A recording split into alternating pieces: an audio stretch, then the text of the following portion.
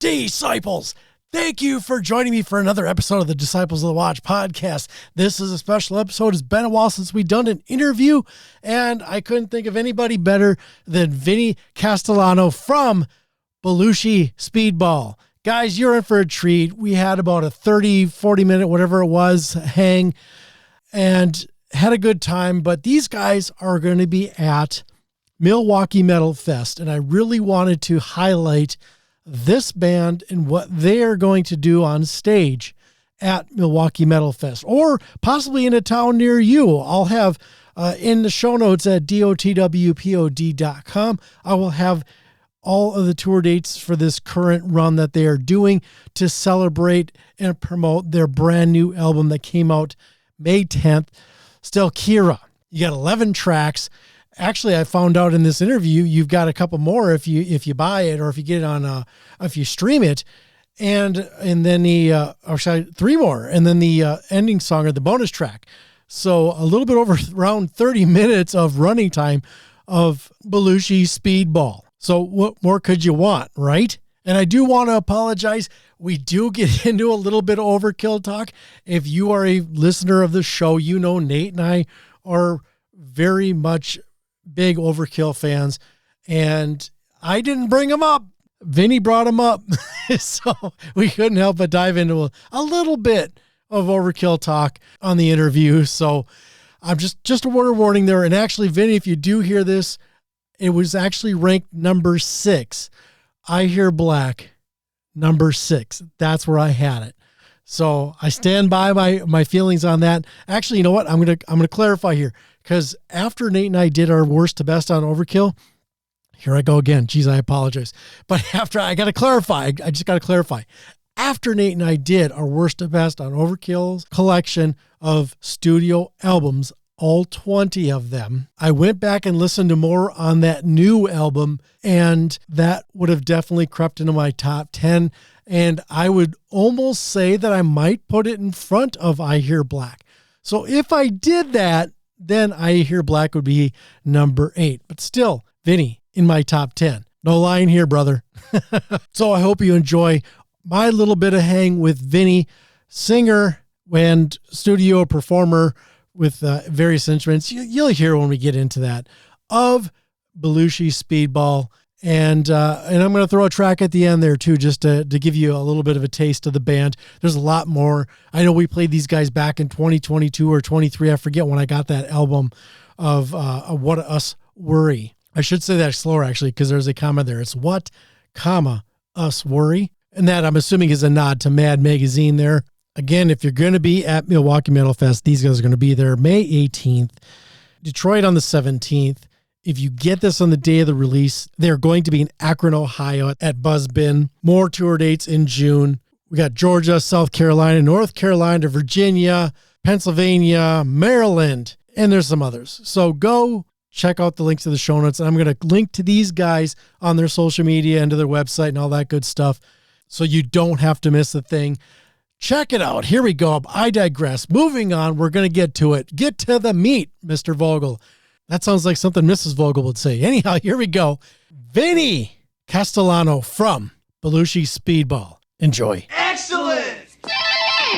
What's up, buddy? Hey, man, not much. Thanks for spending some time with me here tonight. I appreciate it. Yeah, absolutely. Thank you for doing this with me. Yeah, I saw you guys were going to be at Milwaukee Metal Fest, and I thought, man, it'd be really cool to connect and hype that up a little bit. I mean, especially for you guys' appearance there. You guys can be there the 17th. No, I'm sorry, the 18th. 18th. Yeah, they moved it. So we were originally the 17th with Blind Guardian, and I can't remember which band it was, but they're touring with Symphony X. So they requested that we swap, and it worked out perfect for us because now we're playing Detroit the Friday before. Yeah, nice. Yeah, you got a pretty packed schedule there, or uptight in that. You got 16th, 17th, and the 18th there. You just were in your hometown there, right? Or home state, I should say. Yeah, we did our album release. What? Shoot, yeah. When did that was just released? That's out now, right? Yeah, it dropped May 10th. So our album release dropped last Friday, and then May 11th, which was last Saturday, was the Louisville show. We hadn't played home since New Year's Eve. since New Year's. Oh, wow. Yeah. Well, we've been on the road so much. So, and then, well, you know, it's not like we've been only touring. We also, you know, have our careers and stuff. But anytime that we were doing shows, we were out of state. Yeah, it looks like you get a lot of action getting out of town, too. Oh, yeah. It's been incredible. Yeah. The response has been really overwhelming. Definitely different than our first time out of state. And am I correct in here looking at the tour? You got something coming up in July. You're going to Chechnya? Yeah, it's written off. Yeah, Czech Republic. Yes, sir. Hell yeah. For Obscene Extreme. Yep. That's fucking awesome to hear. You know, I don't know who it was, who your PR people were back in 2022, but we were sent your album at that point, which was the What Us Worry. Oh yeah. Yeah, and that's how I got turned on to you guys. And that was my first. I was surprised when I went out to the Metal Encyclopedia and realized you guys have been around a while. 2013. Yeah. Yeah. It was, dude, someone in the Metal Encyclopedia got a hold of my original demo and reviewed it. And I was pretty, I shouldn't be upset, but I was like, oh, come on. You know, because like, it's what started this and it snowballed. But that demo's rough. I recorded it myself using like an external sound card, and I directly plugged in out of my Spider amp using a Meshuggah tone. Like, it's rough. You know what I mean? But, you know, obviously everyone's got to start somewhere. Absolutely. Yeah, I've since made, I did my best, my damnedest to try to make sure it's not out there. I had it up for historical purposes for a little bit, but there's such a stark contrast in production. Oh yeah, I bet, especially with all you learned throughout the years, doing it constantly. You got a few things that you got out there, a bunch of EPs and some full lengths. So this is what, your third full length, it looks like? Something like that. I honestly haven't kept track because I did so many EPs and singles, but like this is how I like determine I guess like true speedball. Like this is the essential speedball is from the 7-inch on up. So 2020 on up is when Chase Bensing, who mixes us and records us, the production level's really there. Our writing is it really sounds like Belushi speedball. Our writing's concise. And then we had Joel Grime master it all. So that would have been the 7-inch. That's this is what we look like. And then so from there, and so then Stella 1, Stella 2, which that's technically an LP, but we released it as a double EP as a joke. You know how like people do like double LPs? We did a double EP. People were like, "Why don't you just put it on one album?" We did that as kind of like a special edition thing. And then What Us Worry, and then this newest one, Stellkira. Everything prior to that, I mean, you can count it. It's like just a bunch of EPs, but people count Prepare for Trouble as an LP. But so I don't know. Well, I actually, you know what? I like that. That's Stella 1 and Stella 2, your double EP release. That's pretty cool. That's clever. I dig that. I see what you were going there. I appreciate that. That's right up my alley. Thank you. Yeah. So, this is the way I look at it. This is like our fourth release since we knew what the hell we were doing. Understandable. So, yeah. And one thing I did notice about the release too, when I was listening to it today, is it is 11 songs, but that thing clocks in under 30 minutes. Yeah, so on the full release, so whatever you guys got, there's 2 skits on there too on the physical copies. I ended up putting it on Spotify, and there's one bonus track, which is actually a dungeon rap. So that pushes it to like about 30 minutes. Still very short, which you're welcome for that. You know what? You got more stuff to do in your day. Right, but that's one of the things that I find is sometimes bands, they can have a cool song or a good riff, and then they just kind of keep it going and keep it looping, and eventually I'll look at the playtime and go, fuck, I'm only halfway through this thing. Yeah. It should be done by now. What are you doing? You've now ruined this song that I'm like, hey, this is kind of cool. It's got a groove. Either you gotta do something big. You gotta have like a cool bridge in there, or some sort of killer lead, or just something to kind of to keep the listener interested. Otherwise, cut it short and make it short but sweet. Leave them wanting more. Don't just make them go, God, is it time to end this thing yet? It's not a Dream Theater song, for Christ's sakes. Now, if you're Dream Theater, by all means, write a 30-minute song. Right. But there's a lot of bands out there that aren't Dream Theater that are writing songs that they shouldn't be writing, is what I'm saying. No, I know what you're saying, man.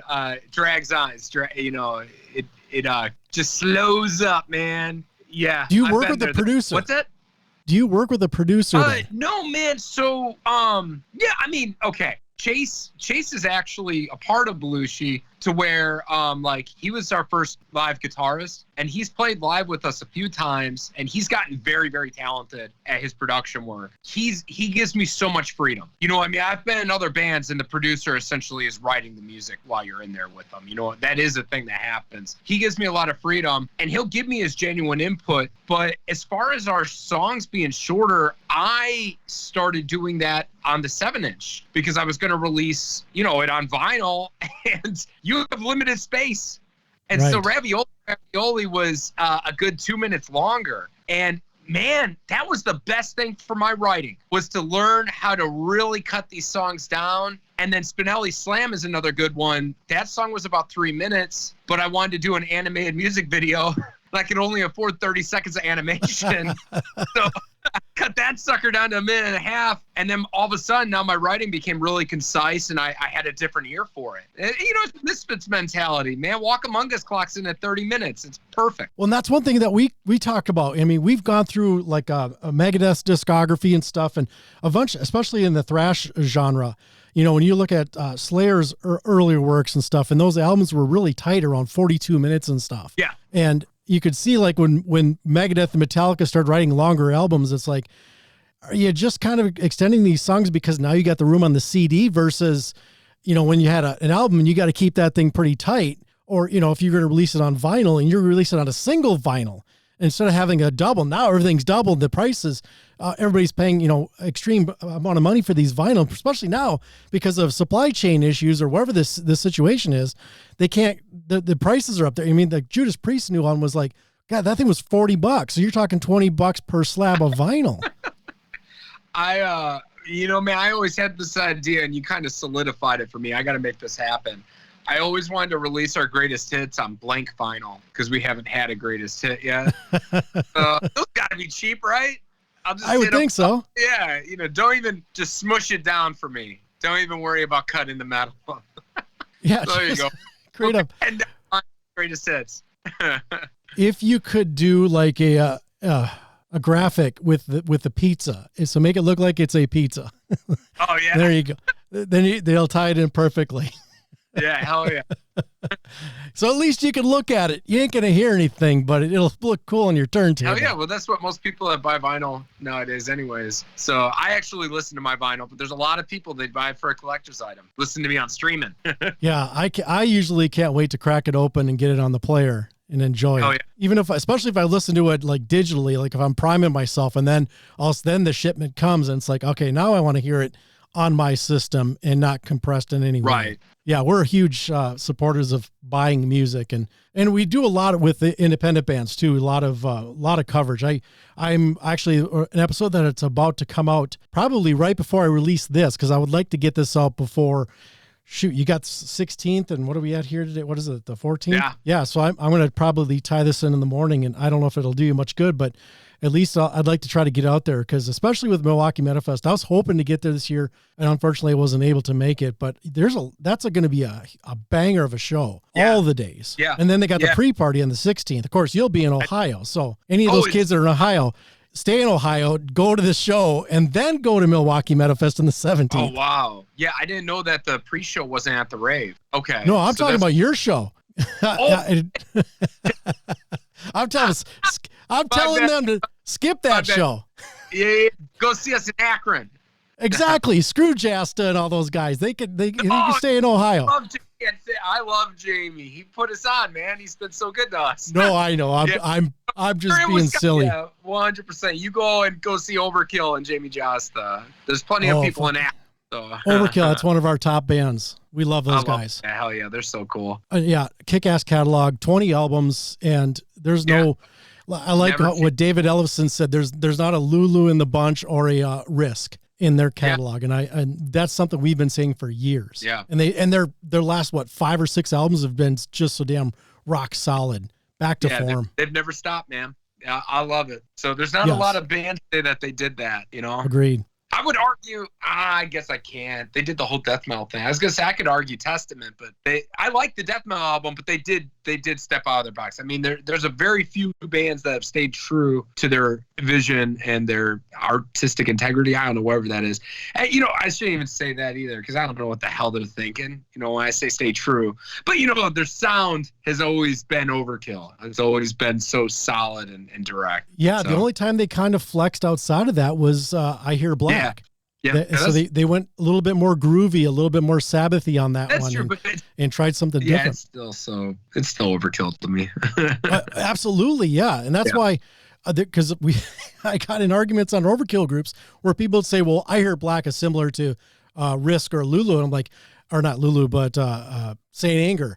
I think I said Lulu earlier, but you can't compare them. That it's still a kick-ass album. There may be people who it's like one of their lesser favorite overkill albums, but you can't.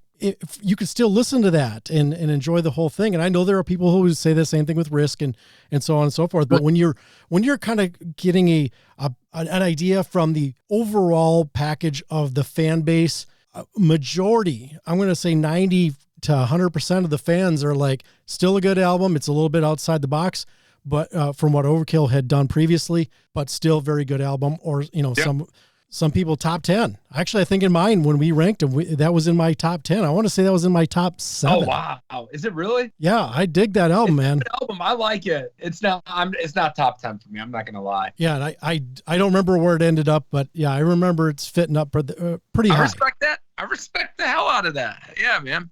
So great album. One, then? What's number one for you? Number one, it's flipped because we did a top 10 or something like that years ago. And it used to be Horoscope. And because that was my introduction to Overkill. I heard Years of Decay, but a friend of mine forced that cassette into my hand and he's like, "You got to go listen to this right now." And actually he was an acquaintance at the time. And I walked around with that thing I flipped it over a couple times, probably walking around with a Walkman, and it clicked. That was my introduction. And then seeing them live in St. Paul, I was like, holy shit, this was an experience. And my fandom just snowballed from there to where they became one of my favorite bands. But now when I revisited everything and kind of reworked my scoring system for our rankings, it ended up being Years of Decay. It became the top spot. Okay. How about you? Respect. So I like Years of Decay, man. I'm there. So, that's, I know. But I also, I don't know album titles like you, man. I had a bunch of Overkill CDs and I know what the disc itself looks like. Oh, by the art. Okay. Yeah, because, dude, I had a book. So same thing with Testament was the same way with me. I was trying to fucking find the name of the 90s where they redid their original demo or their original LP. I couldn't find it. It took me like a week.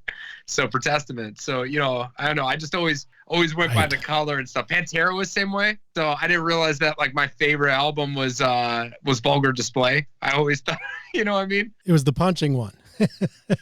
Is that how you knew it? I didn't have cover, man. I just had the discs. You know what I'm saying? Oh, so I throw away that just had the text on it. I don't know. That didn't have a graphic. I suppose. Yeah, I don't think it did. And I misremember stuff too, man.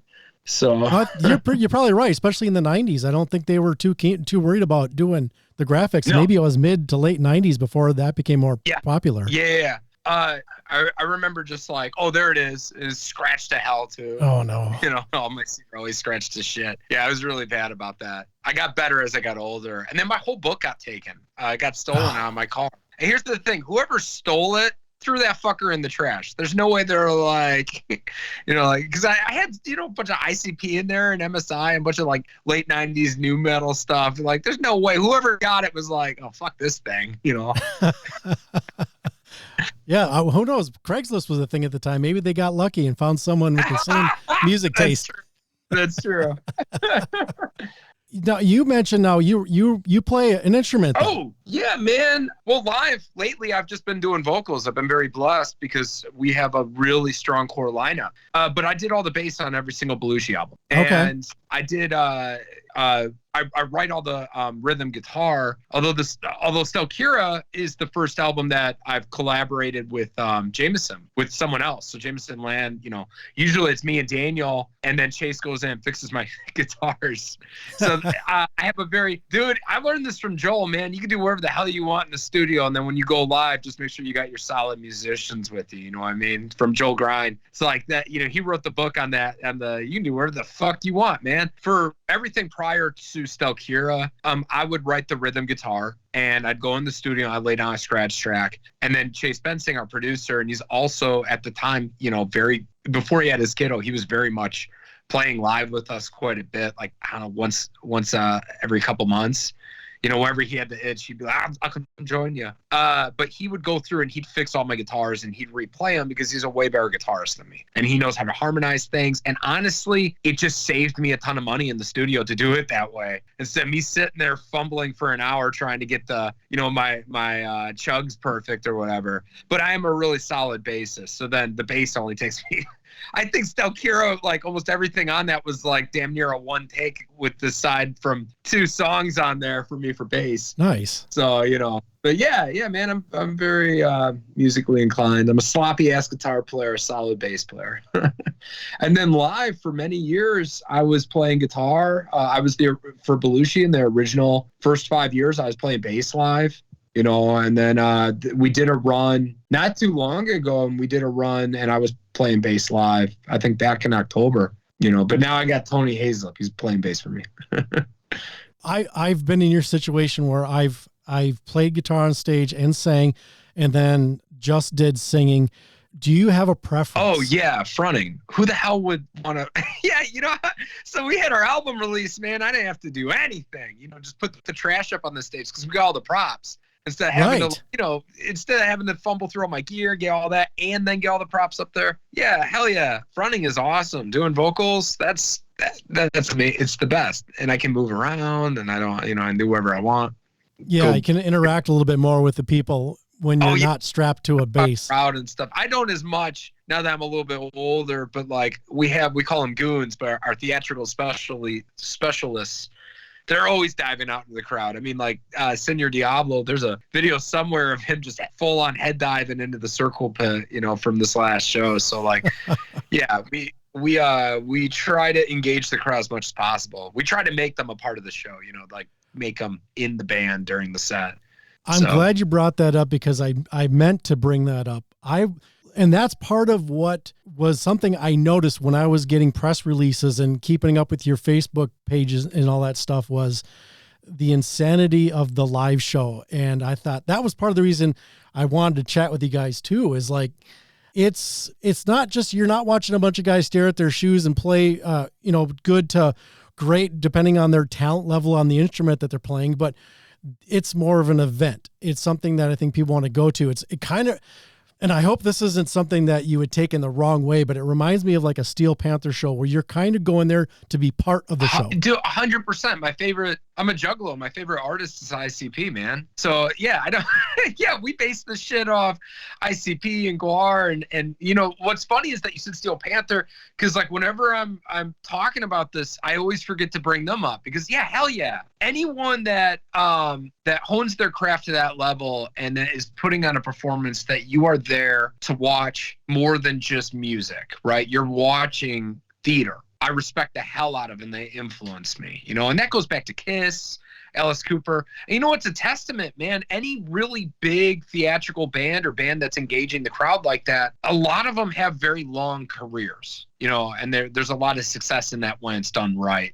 You know, Psycho Stick comes to mind. They've been doing their shit for what, like 25 years, 30 years, you know. Green Jello, Bill Manspeaker, dude, I call him dad. He's always writing on our page because he loves us so much. He wants to do a show so badly with us. But, you know, Bill Manspeaker has been out there doing it since, what, the 80s, late 80s?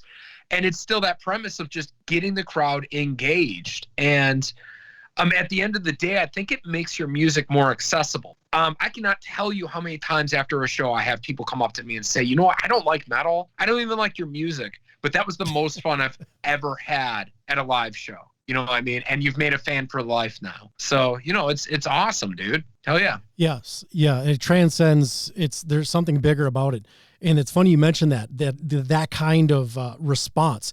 My wife is only mildly into metal, and that's only because of me. And she went with me to an Overkill show, and she's been to almost every Overkill show that's been in our area ever since. Actually, you know what? I don't think she's missed a single one. She always wants to go see him again. And I will never come home. She's not spinning my Overkill records or anything like that.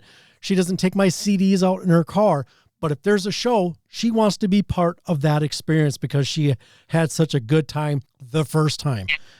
And, you know, that transcends just the music. It's part of that show.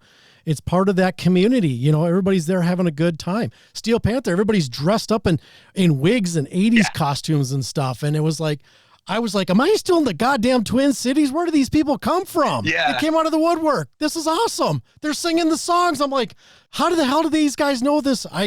Steel Panther was bigger in the Twin Cities than I could have imagined, I guess. It's cool. And you know what?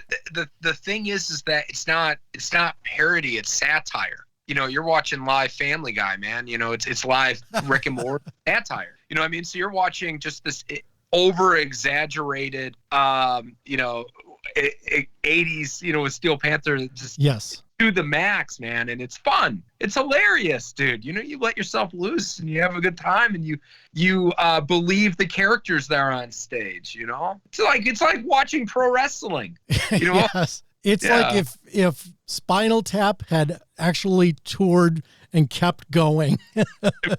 They could have been. Yeah.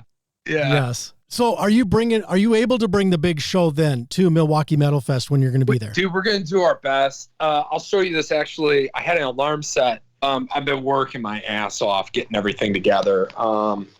So I don't know. Can you see that? I'm turning my phone. So we're doing our best. You know, holy cow. Yeah, it's not near as many as I'm gonna try and get some more, but it's a pain in the ass. So I buy them off lots.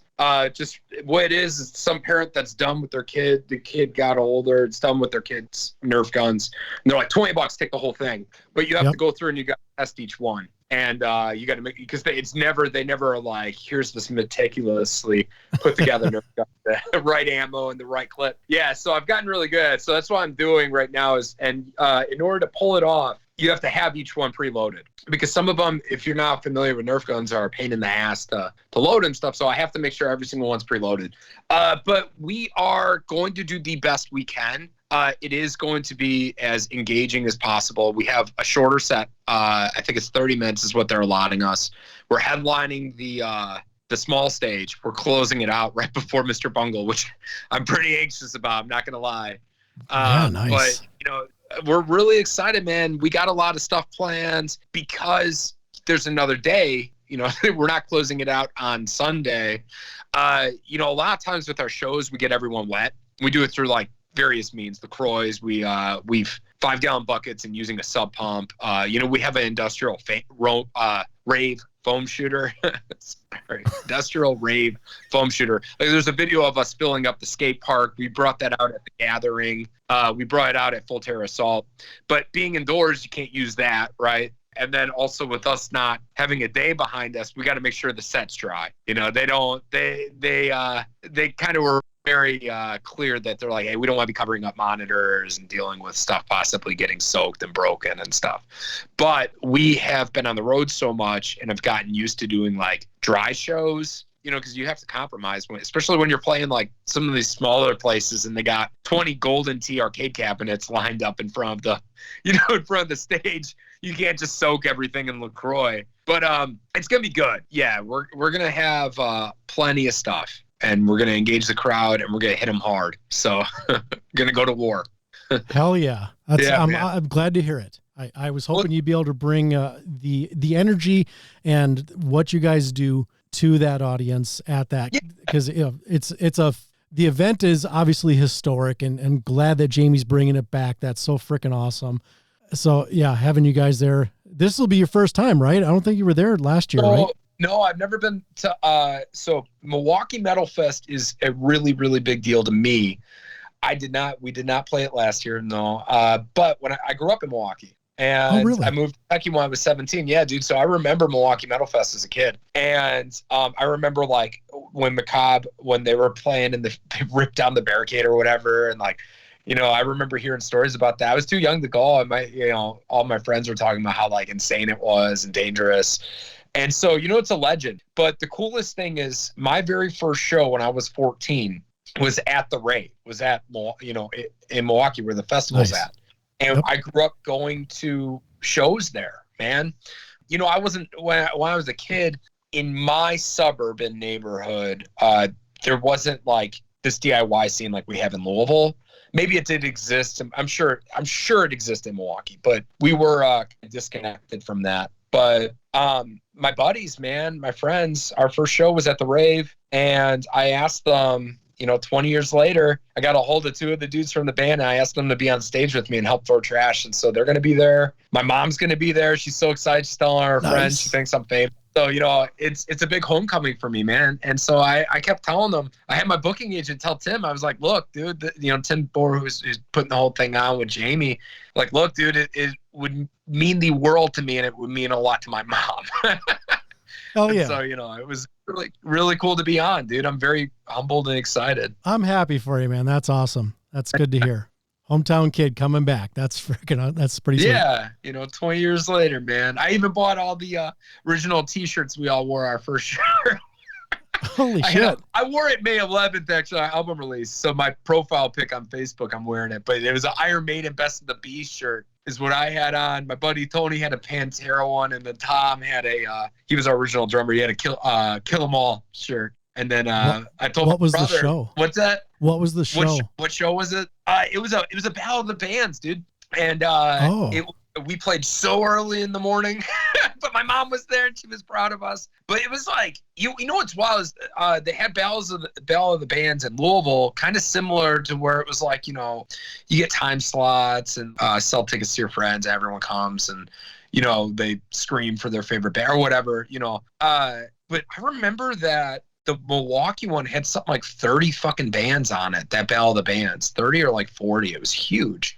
And like here in Kentucky, there were some Battle of the Bands when we first started, playing. I started playing bands when I was 18 here. Belushi wasn't around yet. It'd be like 6 bands. You know what I mean? So that was a wild one, man. There's a lot of bands there, and they kept that thing going, dude. And they had like, I think 3 stages going, just back to back to back. So yeah, it's cool. It's cool to be back, man. I'm excited. Well, I wish you to have a kick-ass show. I'm sure you will. I hope it goes off without a hitch. I hope you can get as much of Belushi Speedball on that stage and on the crowd as whatever they will allow. That'd be freaking pretty sweet.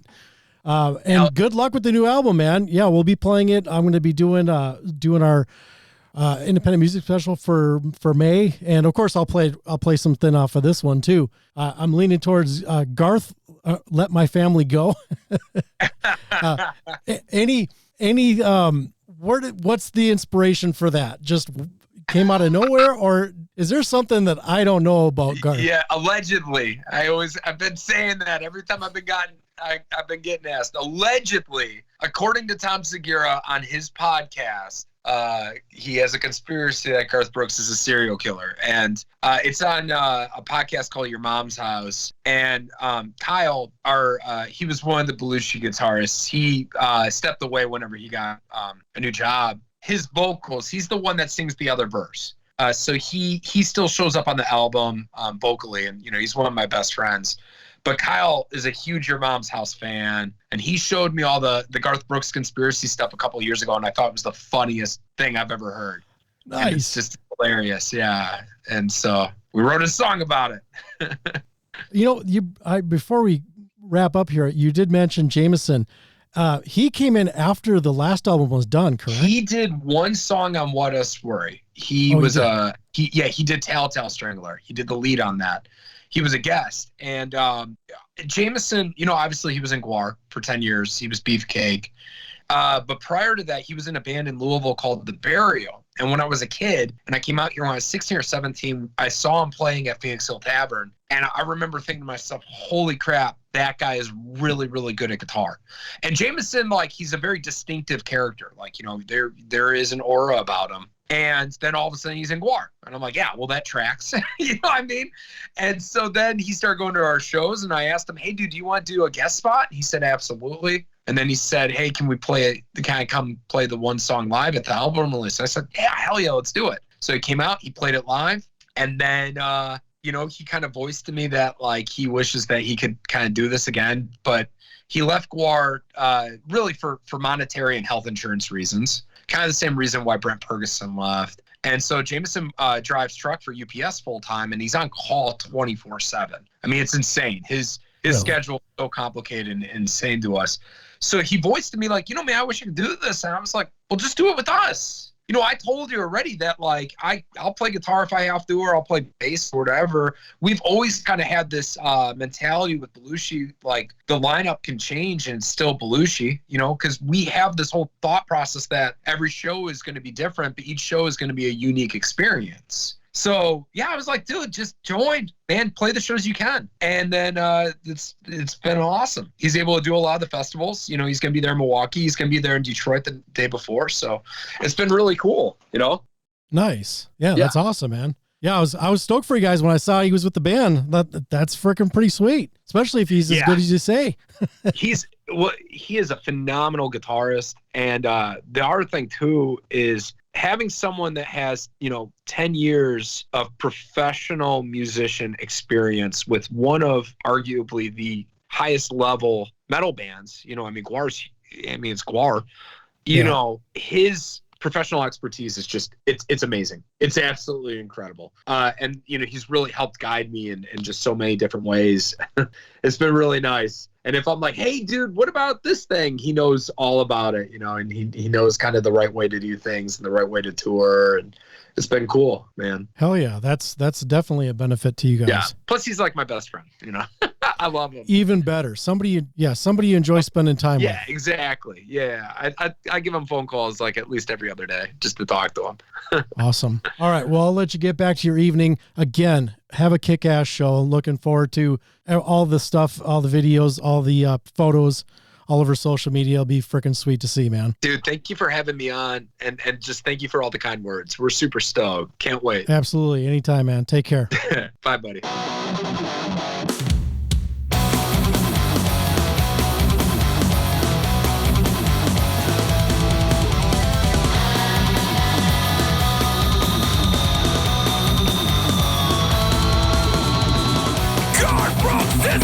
Serial killer, at least according to Stellkira.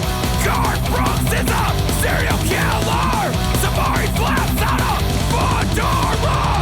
I'm begging you, please. We just wanna know. Give us some closure. God, let my wife go.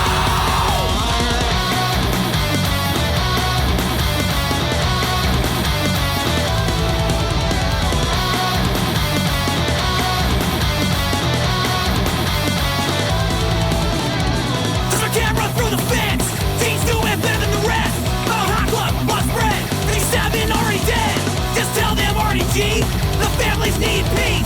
This class in high and tight. This hope that you're feeling right. I'm begging you, please. We just wanna know. Give us some closure. God, let my wife go.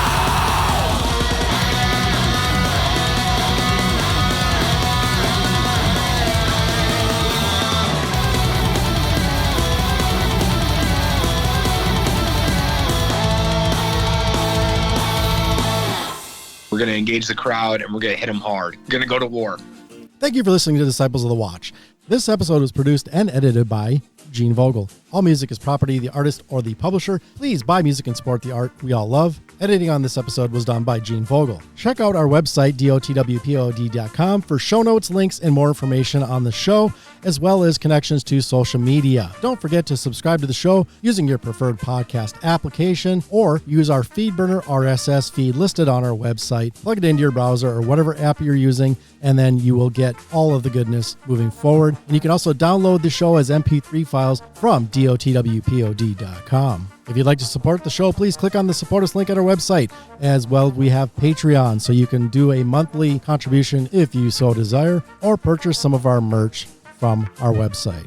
Thank you for listening, friends, and stay heavy.